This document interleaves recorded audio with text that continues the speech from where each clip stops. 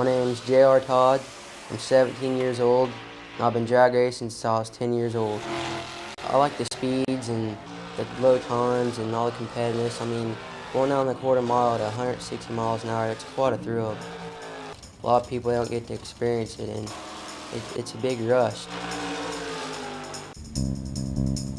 Once we get to the track, we unload the car and get it ready, go through the motor and everything, make sure everything's working okay, warm the car up, make sure it's running all right, and from there on, just concentrate on racing the whole day and go out there and try and do your best. Without my mom and dad, I mean, I wouldn't even be drag racing. They get me to the track every week, and my dad, he gets the car ready for me, and mom, she helps out with all the computers and all that that has to do with the car, and they play a big part in my racing. My dad, he plays a big role in my drag racing because if something goes wrong with the motor, and he's the one that has to fix it, so I rely on him a lot to fix everything that goes wrong with the car, and I try and help out a little bit here and there with what I can. The way I more or less help JR prepare for his race or race day, it's kind of a father-son bonding. We'll prep the car prior to going to the track in a way of checking the engine, checking carburation, tires, check the frame, make sure there's no cracks, fatigues. There's just a long regimen of things you do each time we go out there. And a lot of things I'll check myself, knowing that I'm putting JR in that car and I want him to be safe at 160, 170 miles an hour. JR's been racing since he was 10 years old. I used to race motorcycles professionally, so he's kind of born and raised around a racetrack. And I got injured back some years ago, and I was always afraid he'd take up motorcycle racing. Well, I spent probably, out of my race career, I probably spent 2 years in the hospital. I was paralyzed left leg, and we was just scared to death that he would take up the racing game and motorcycles, and I say it's kind of hard to see your son out there hurt or in the hospital like I'd been for some time. And the Junior Drag Racing League, they were sticklers on safety, so we felt comfortable putting JR in a race car at that time, at the age of 10.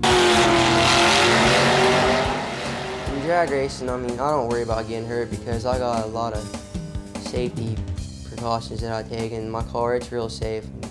It's safer than the car out on the street right now, and I feel real safe going down the track in it. My car, it has a roll cage. I mean, so if I ever rolled the car over, that would protect me inside the car, and it's got 5-point harnesses that keep me strapped down inside the car so I can't move at all inside the car, and I got all kinds of fireproof clothing that I wear and helmet, so I'm real safe inside the car.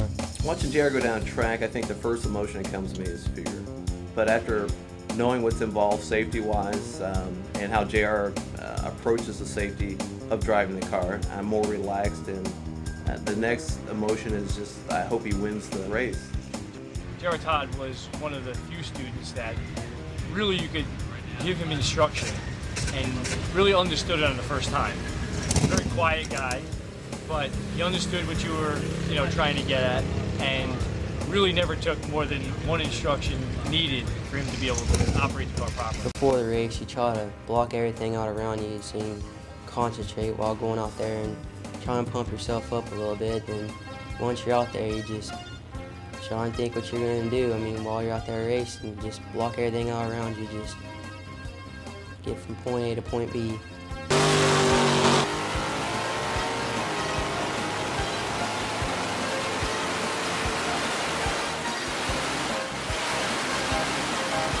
Right now I'm in the sportsman class. It's not a professional class yet, so when you're professional, that's when you make the money to make a living at it.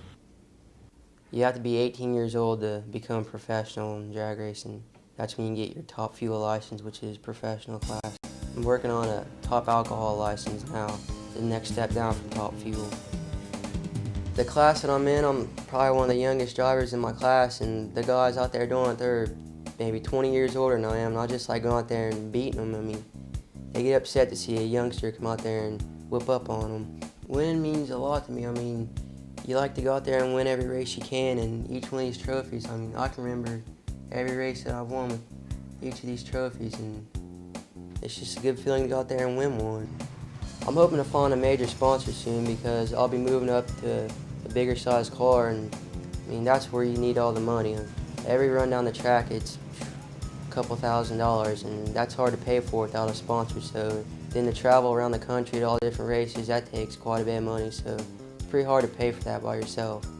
Right now, JR races what's known as a super comp dragster, and our budget's right at about $65,000 to $70,000 a year. Now, moving up to the top alcohol ranks, where we're hoping to do soon, sponsors are much needed. The cost for fielding this car for one season is going to be close to $350,000. So, sponsors, like I say, we can't do it without a sponsor. And for a sponsor to get the return off his investment, we've got quite a bit of traveling to do, quite a few interviews, quite a few shopping centers to make it to get the sponsor's name and either product or service out there. The speeds in the car that I'm in now range from 150 to 160 miles an hour. The car I'm moving up to, the Federal Mogul Dragster, the speeds are around 250, 260 miles an hour, and they get a lot of recognition, and a lot of big sponsors want to sponsor a car like that. I'm wanting a few African American racers out there, and when I move up to the Federal Mogul class, I'll probably be the top African American racer out there, and hopefully I'll set an example for younger kids who might be out getting in trouble on the streets or doing bad things, getting them in trouble. I think JR is going to probably make a super role model for the simple fact he's a 17-year-old that has a personality other kids can relate to. He doesn't talk down to them. He doesn't talk around them. He's just a typical 17-year-old kid when it comes to being one-on-one with another peer. So the kids kind of look at that like they want to be JR. Right now we're working on a program we think that we hope intend sponsors to hop on board, but yet it's going to be more productive to help kids in the inner city. What we plan on doing is actually taking the race car, trucks, and trailers into the inner city schools, youth groups, and playground areas, and let the kids actually climb on, look in, and see what it's all about. And doing such, JR does little pass-out information that it has one-on-one information with some numbers to call about drug abuse, teen problems, or if they just need somebody to talk to. So we think it's going to be, we hope, helpful for maybe some young kid out there to turn around his life or give him some direction to go with.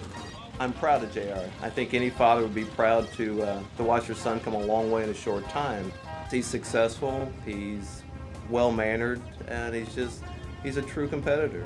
A company sponsoring JR probably gets the benefit of having, we think, a unique package. The package is a bright young man, personal young man, and a talented young man.